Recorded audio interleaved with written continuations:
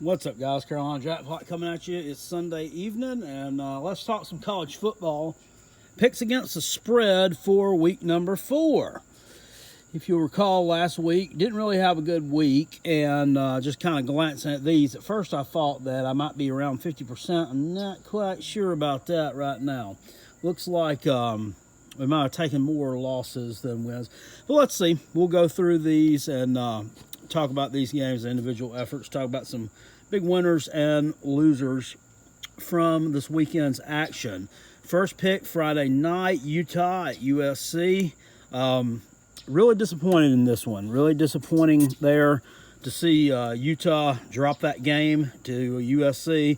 You know, as a team that I'd picked as maybe a dark horse for the playoffs, and they look nothing of the sort on Friday night. USC continues to find this production from these quarterbacks. What are they on, like their 10th backup quarterback now? It's amazing.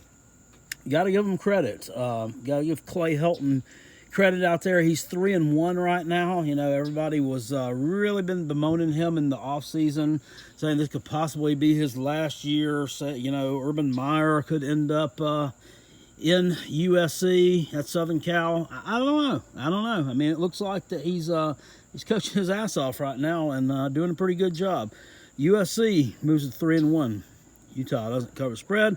Tennessee at Florida, and every week I have a pick that I call my you should have known better pick, my stupid pick of the week. This is my stupid pick of the week. You know, I didn't believe in Tennessee to win the game, but I believed that they would come out and play well and execute. I mean, this is a team that, I mean, I can't figure them out. I mean, they really lost almost no one from last year's team. And last year's team finished 5-7. But they had a couple of wins that you wouldn't expect. You know, beat Auburn on the road. It was a good win for Tennessee. Not a great Auburn team that they beat. It was a good win for them. They certainly weren't favored in the game. They blew out Kentucky at home. A good Kentucky team last year, mind you. So, I just thought this was, you know, like maybe Jeremy Pruitt like makes a stand and just, you know, we come out and the team plays well. No, just absolutely got dominated. 34-3 loss. Bad pick. I shouldn't have picked that. I should have known better, but what can I say? LSU at Vandy, that was a correct pick. 66-38 over the Commodores, so they beat them by 28 points, but man, LSU, you have a lot of points there, but you're scoring a lot too. You look good at that.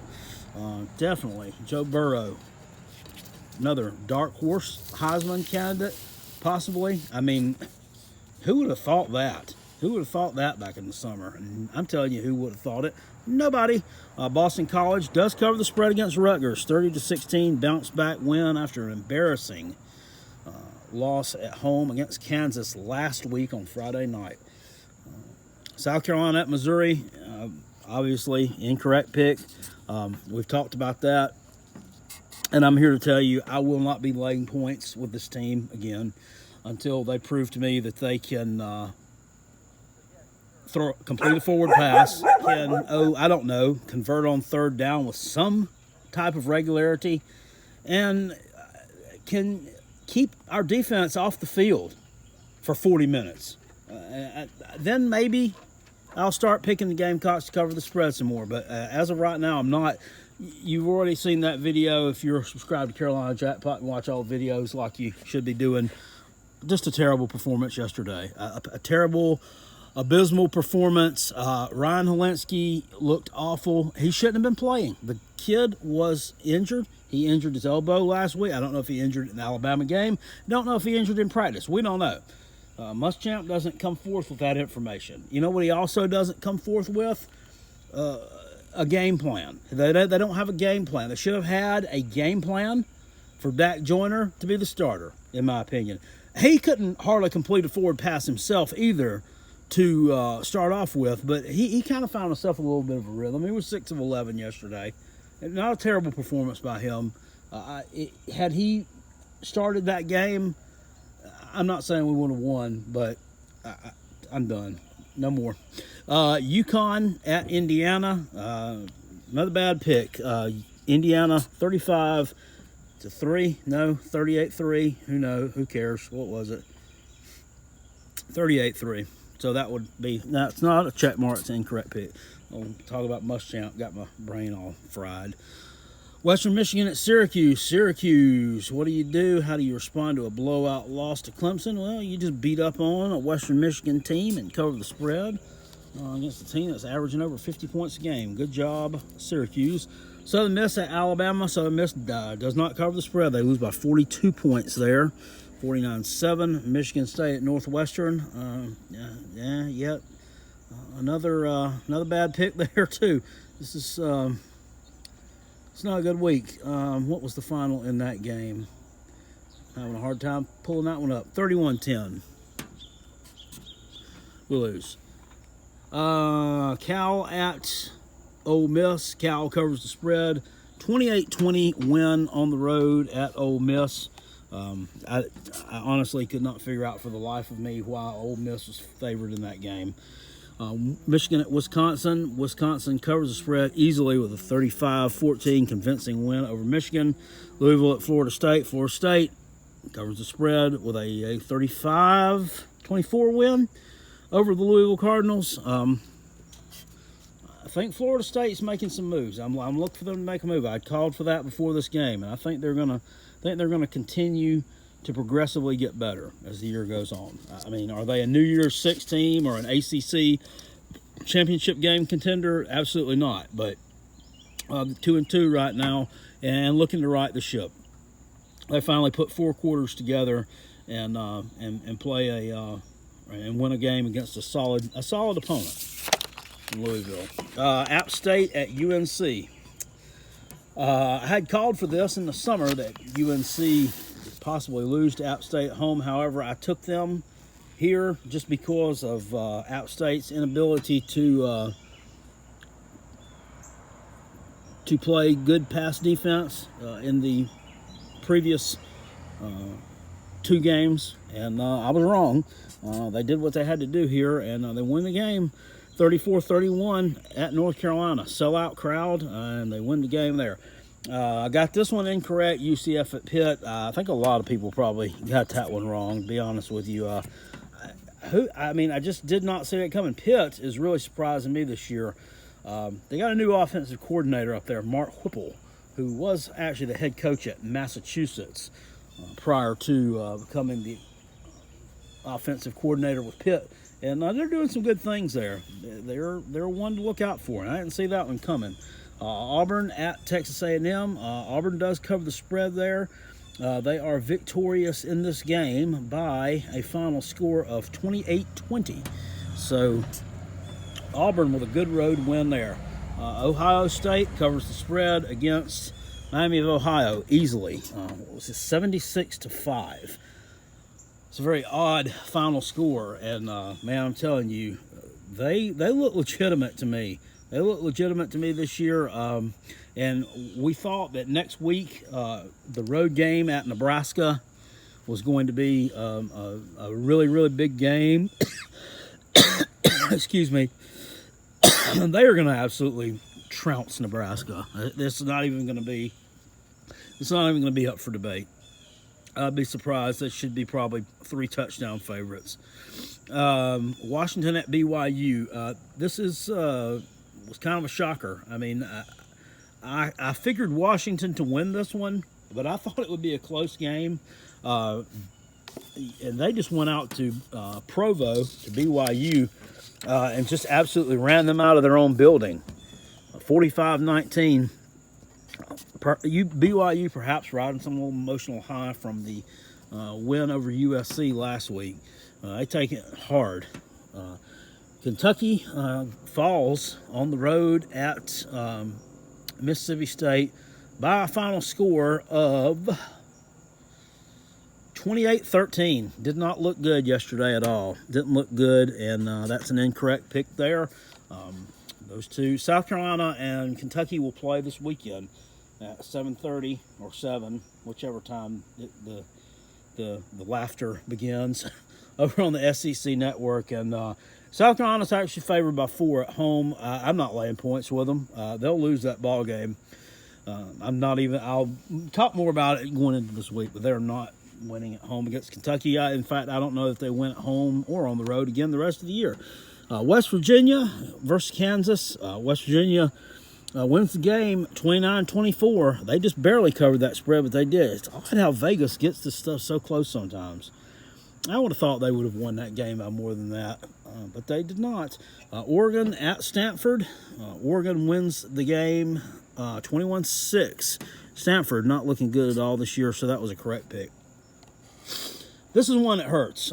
Charlotte at Clemson. I picked 49ers to cover the spread here, not because Clemson won. Obviously, I knew they were going to win. I knew it wasn't even going to be close from the opening gun until the final bell, but I thought Charlotte would score more than 10 points last night. They lose 52-10, so by half a point or 1 point, however you want to look at. Carolina Jackpot misses on that pick. That was also in the Facebook group I'm in, where there's a large pool of about 40 of us there competing for close to $1,000. And I got that pick incorrect there as well. I think our spread was 42 there. So it was actually a push, but at any rate, didn't get it right. Talking about pushes, here was a push on this one. Texas covers the spread. The spread was 6. Final score, 36-30. Texas over Oklahoma State. So that would be a push.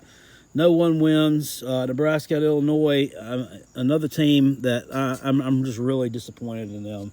I thought Nebraska to be much better than this. They do win the game, 42-38. They're 3-1, maybe possibly the worst 3-1 team in the country right now. They are going to absolutely get their doors blown off this weekend against Ohio State. Mark that one. Now, I believe they're playing this week. And I haven't even hardly looked ahead to next week, but jiggity. Looking through the games real quick. Yeah, they do. 7:30 on ABC. That's Colorado at Arizona State, and this one was a correct pick. Colorado beats Arizona State 34-31. Mel Tucker, good win on the road there by the Colorado Buffaloes. Last 2 picks kind of got me. UCLA at Washington State was an incorrect pick. UCLA actually comes back to win the game 67-63. That's one I want to watch. There's several games that I'll watch this week because I do a lot of that during the week. Go back and watch games or portions of games. I'm sure all you guys do that we missed on Saturday because you can't watch everything, obviously. That had to be crazy. And Notre Dame and the Georgia Bulldogs. Georgia wins the game 23-17. That was another one that was in my Facebook group that I got incorrect. Man, I wish I had that one to go back and do again. Wish I had it to do again, man. It was a tough loss for Notre Dame. I mean, they really brought it, really played well. They did not impress me at all in the playoffs last year. Every time they've been up on the big stage in recent past, I mean, they've just absolutely gotten hammered, and they brought it last night. It was a tough loss for these guys. So, totaling this up, we have 0-1, 0-2, 2-2, 2-4, 3-4, 3-5, 3-6, 4-6, 5-6, 6-6, 6-8, 7-8, 8-8, 8-10, 9-10, 10-10, 10-11, 10-11-1, 10-12-1, 11-12-1, 13. A record this week of 11-14-1. Once again, yikes, under 50% again. 11-14-1. So year to date, if we can just do the chicken scratch here, that brings the total to 3 pushes, 56 losses, and 50 wins. So that's under 50%. I wanted to be around 55, 56%. Got a lot of ground to make up. I got to have some good weeks going forward, and I believe I will. These teams, they start to work themselves out, and you start to really find out who these teams are in about week number 5, 6. So we'll be okay with Carolina jackpot picks. Games I'm looking forward to this coming up weekend. Looking over the slate here, you got Northwestern at Wisconsin. Could be interesting. Not a lot of great ones here. Ole Miss is at Alabama. That will be a snooze fest. Virginia at Notre Dame at 3:30 on NBC. That should be a good game. We'll see what if Virginia's for real. Didn't look really impressive yesterday against Old Dominion. 3:30 USC travels to Washington. That'll be a good game. 3:30 also Clemson travels to North Carolina. That I wish I could say there was some hope for an upset there, but I mean there's just simply not. Clemson's going to run them out of the building by halftime. They'll be up by 4 touchdowns, if not more. You have a lot of the SEC teams playing some off. Mississippi State at Auburn. That could be a good one. Kansas State at Oklahoma State over in the Big 12. Of course, Ohio State and Nebraska. That'll be a beatdown. Kentucky and South Carolina, another laugher beatdown. NC State takes on Florida State. That could be a good game. In Tallahassee, Washington State travels to Utah. Let's see if Utah can rebound. They've dropped down to number 19 in the polls, and then now the aforementioned high-scoring UCLA Bruins take on Arizona on the road next weekend. So, and once again, not a great slate of games in week number 5, but definitely some to draw interest. It's college football, so every bit of it's interesting to me. Talking about yesterday, talking biggest winners, biggest losers. I mean, who looked good yesterday? Who looked good over this weekend? USC looked good. I was impressed with USC taking down Utah at home. That was a huge win for them. Utah team had a lot of momentum coming in. USC answered some questions there. Michigan State looked good, scoring some points finally. Thumped Northwestern. Also in the Big Ten, Wisconsin looked good. Continues to be dominant with a huge win over Michigan at home. That's one of the first hurdles that they'll have to cross. To me, they look like the best team by far on that side of the division. I mean, it's not even close. I mean, you could make a case for Iowa, I guess, but their wins just have not been as impressive as Wisconsin has. Early in the summer, we thought Nebraska might make a run at it, and I'm convinced that they were a farce. LSU looked good, putting a lot of points up on Vanderbilt. Defense, which was supposed to be their strength and thought to be their strong suit, kind of let them down. But, I mean, when you're scoring that many points, you also give the opposing team a lot of chances, too.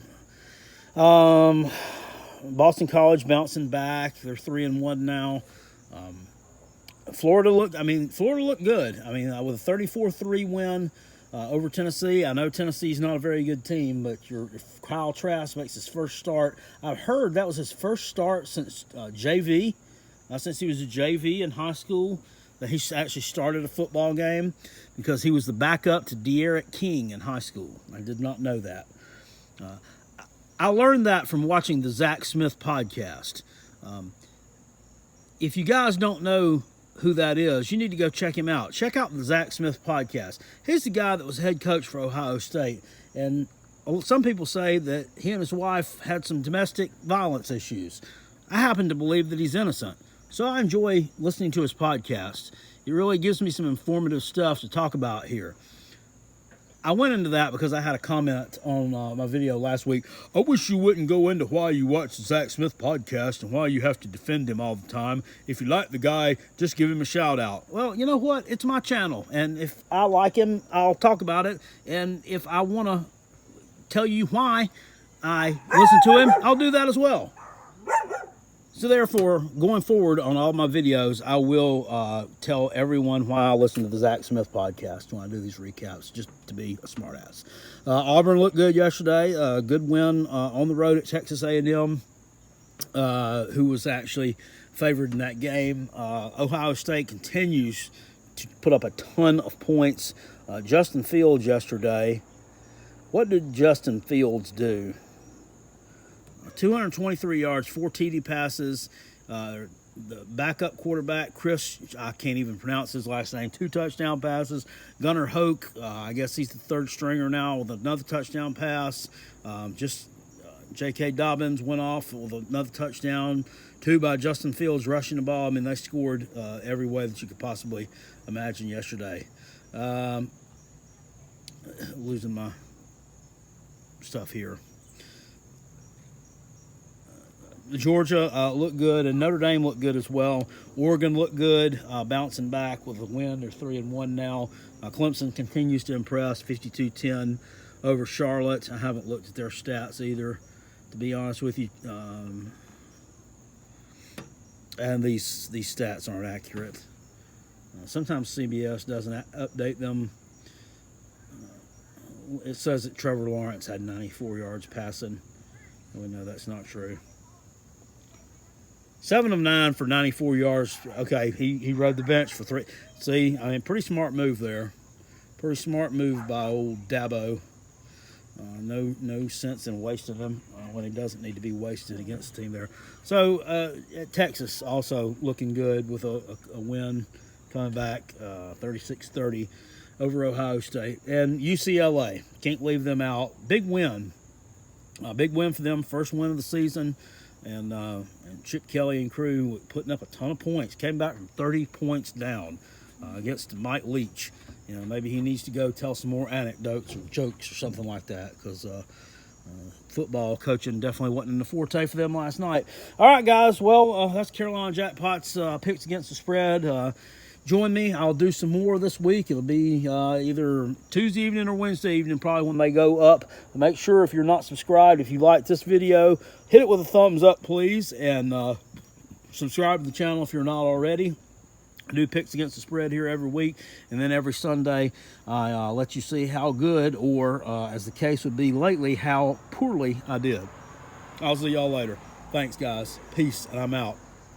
Go Gamecocks. Please fire, boom.